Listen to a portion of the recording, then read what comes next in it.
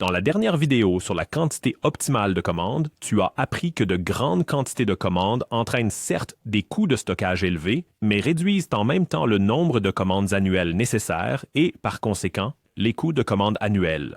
Le développement des coûts totaux t'a révélé que la quantité de commandes optimale est de 200 pièces. La quantité de commandes optimale peut être déterminée non seulement de manière tabulaire, mais aussi par calcul.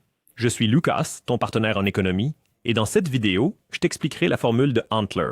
Nous nous référons à nouveau aux valeurs d'exemple pour la solution tabulaire. La formule pour calculer la quantité optimale de commandes semble, à première vue, un peu effrayante. Si tu remplaces les variables par les valeurs correspondantes, l'ensemble semble déjà beaucoup plus simple. Il est important de ne pas écrire le taux de coût de stockage sous forme décimale. Tu prends donc 25 et non pas 0,25 comme valeur pour L. Si tu n'es pas sûr de savoir utiliser une calculatrice, je te recommande de procéder étape par étape. Calcule d'abord le produit au numérateur et au dénominateur.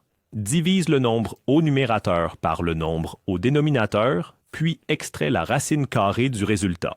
C'est la meilleure façon d'atteindre ta quantité de commande optimale de 219,09 pièces. La solution calculée nous donne une quantité de commande optimale plus élevée que la solution tabulaire. Cela devrait donc aussi signifier que les coûts totaux de la solution calculée devraient être inférieurs aux coûts totaux de la solution tabulaire. Pour vérifier cela, nous calculons ces coûts totaux en supposant une quantité de commande de 219, car notre fournisseur trouverait cela probablement étrange si nous voulions commander 219,09 pièces. Si nous divisons notre besoin annuel par 219 pièces, nous obtenons le nombre de commandes nécessaires pour couvrir ce besoin annuel. Par simplicité, nous continuons avec cette valeur décimale à ce stade. Avec 16,4 commandes par an et 50 € de coût par commande, nos coûts annuels de commande s'élèvent à 822 €.